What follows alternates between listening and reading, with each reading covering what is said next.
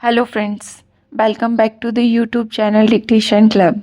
आज का डिक्टेशन आनंद मासिक पत्रिका से लिया गया है, जो कि 100 शब्द प्रति मिनट की गति से होने वाला है। अगर आपको इसकी पीडीएफ अलग से चाहिए तो नीचे डिस्क्रिप्शन बॉक्स से आप टेलीग्राम चैनल ज्वाइन कर सकते हैं। वहाँ आपको सभी प्रकार की पीडीएफ मिल जाएगी। इसके अलावा आपको और भी प्लेलिस्ट चाहिए, जैसे कि रामधारी गुप्ता खंड 1, रामधारी गुप्ता खंड 2, newspaper dictation, previous year dictation, 10 minute non stop dictation, free practice batch dictation, तो उन सब की लिंक भी आपको नीचे डिस्क्रिप्शन बॉक्स में मिल जाएगी।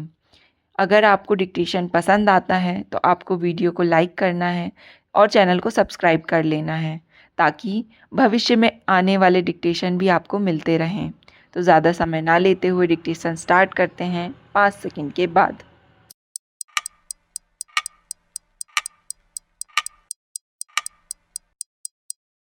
स्टार्ट। आदरणीय साथियों, भगवान विष्णु जगत पिता हैं।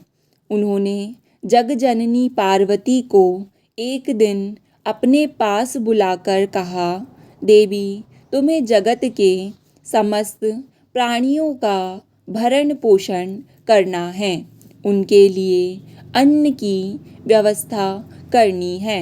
इतना कहकर शिव समाधिस्थ हो गए। भगवती पार्वती उनके सम्मुख बैठी बैठी इसी चिंतन में डूबी रही कि किस प्रकार सबके लिए अन्न की व्यवस्था की जाए। भगवान शिव के स्वरूप को निहारती हुई पूरे 7 दिनों तक वह उनके सामने ही उसी अचल व्यवस्था में बैठी रही। शिव ने आंखें खोली। पार्वती को उसी प्रकार अपने सामने बैठा देखकर उन्हें आश्चर्य हुआ। पार्वती ने उन्हें प्रणाम किया। उन्होंने पार्वती से अपने सामने बैठे का कारण जानना चाहा। पार्वती ने विनयपूर्वक कहा, हे जगत पिता, आपने मुझे अन्न की व्यवस्था का भार दिया है, अतः मैं उसी की चिंता में इस तरह खो गई कि समय का ज्ञान ही नहीं रहा। अन्न की व्यवस्था के लिए मुझे आपसे उन वस्तुओं एवं शक्ति की आवश्यकता है जो समाधि की अवस्था में आपके काम नहीं आती है। पार्वती की बातें सुनकर भगवान शिव सोचने लगे कि ऐसी कौन सी चीज़ है जो समाधि की अवस्था में मेरे उपयोग में नहीं आती हैं। उन्होंने पार्वती से पूरी बात स्पष्ट करने के लिए कहा। पार्वती ने कहा, स्वामी, मैं आपके इस त्रिशूल का उपयोग हल के रूप में करना चाहती हूँ। इससे ज़मीन की खुदाई हो सकेगी, मिट्टी को बीज बोने योग्य बनाया जा सकेगा। आपके नादिए बैल को मैं हल जोतने के काम में लगाऊंगी। खेती की जुताई के अलावा इसके गोबर से खाद का काम भी लिया जा सकेगा। इसके गोबर से गोबर गैस भी तैयार की जा सकेगी।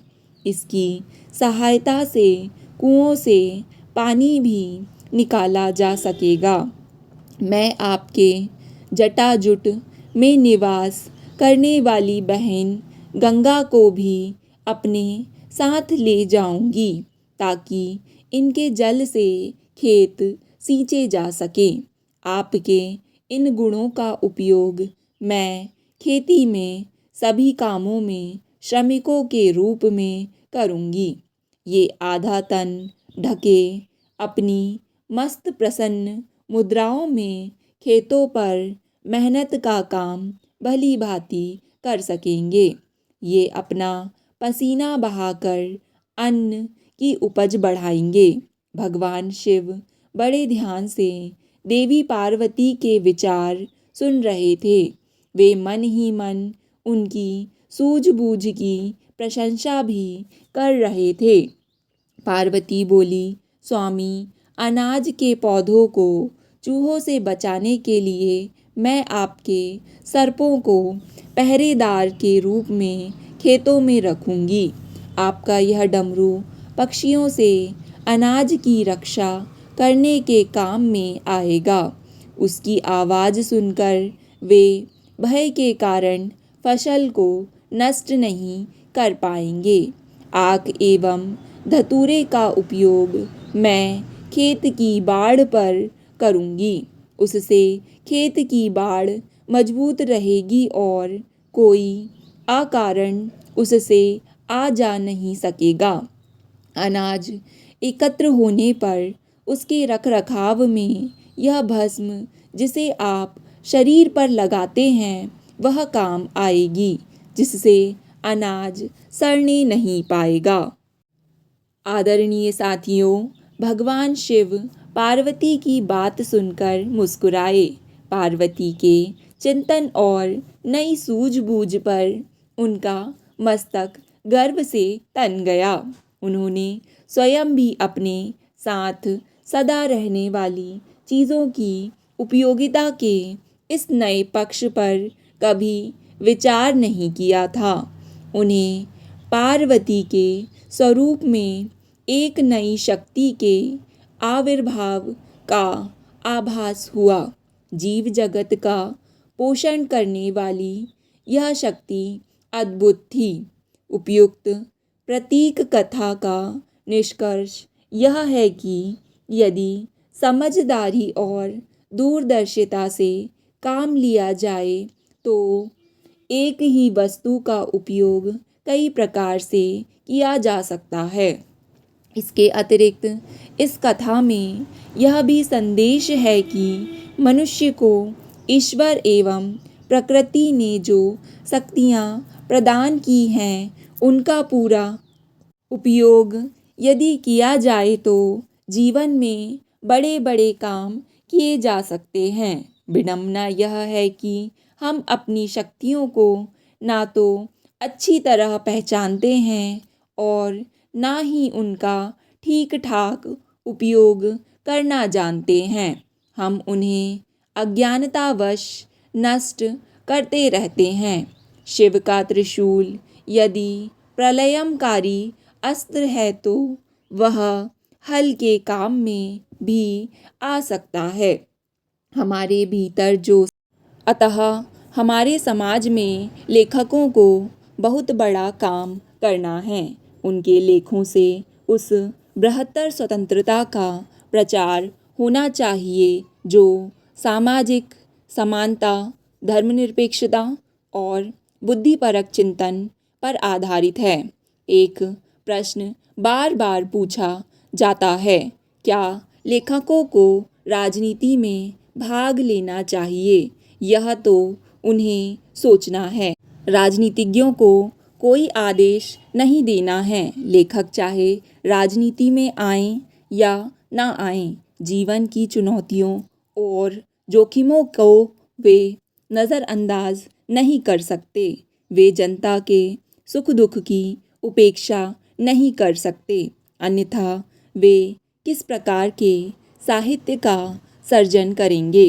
क्या उन्हें अपने काव्य और निबंधों, अपने नाटकों और उपन्यासों द्वारा जीवन को समृद्ध नहीं करना चाहिए?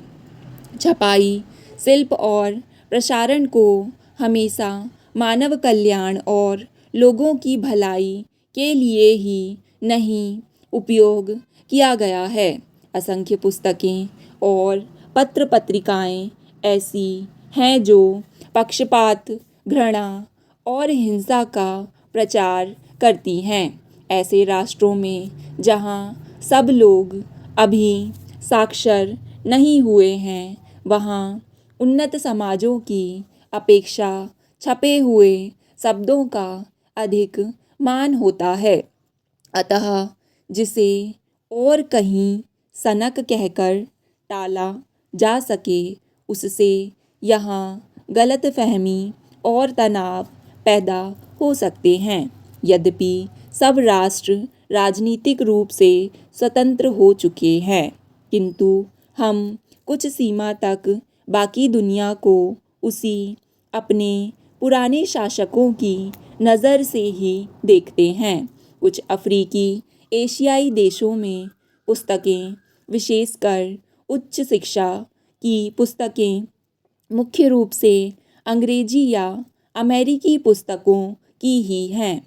कुछ दूसरे देशों में अधिकांश पुस्तकें फ्रेंच लेखकों की हो सकती हैं। निश्चय ही अंग्रेजी और फ्रेंच दोनों भाषाओं में खुले दिमाग के विद्वान हैं, किंतु क्या अपने राष्ट्र के प्रति झुकाव से कोई बच सकता है?